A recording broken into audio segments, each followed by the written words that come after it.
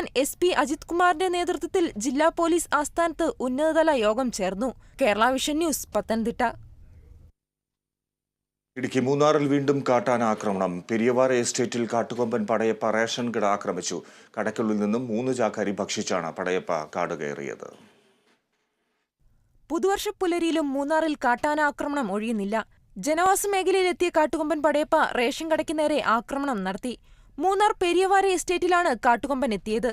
ഇന്ന് പുലർച്ചെയായിരുന്നു ആക്രമണം നടത്തിയത്. കടയ്ക്കുള്ളിൽ നിന്നും 3 ചാക്ക് അരി ഭക്ഷിച്ചാണ് പടയപ്പ കാട് കയറിയത്. அப்போ சவுண்டு கேட்டுச்சு. அப்படியே பார்க்கும்போது ஆனை நின்றுட்டு இருந்துச்சு. சரின்னு சொல்லி பார்த்துட்டு இருந்தோம். அப்போ யாரும் ஆள் இல்லை.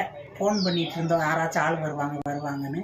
டம்முன்னு சத்தம் கேட்டப்போ இந்த கதவை உடைச்சிருச்சு. കഥവ് ഉടച്ച് ആന 2 ചാക്ക് 3 ചാക്ക് അരിசி എടുത്ത് സാപ്പിട്ടിട്ടുണ്ട്. ഇതാദ്യമായാണ് ഈ റേഷൻ കടയ്ക്ക് നേരെ കാട്ടാനയുടെ ആക്രമണം ഉണ്ടാകുന്നത്.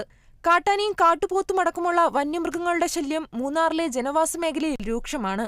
മൂന്നാർ ലാക്കാട് എസ്റ്റേറ്റിൽ കഴിഞ്ഞ ദിവസം റേഷൻ കടയുടെ മേൽക്കൂര തകർത്ത് പടയപ്പ അരി ഭക്ഷിച്ചിരുന്നു.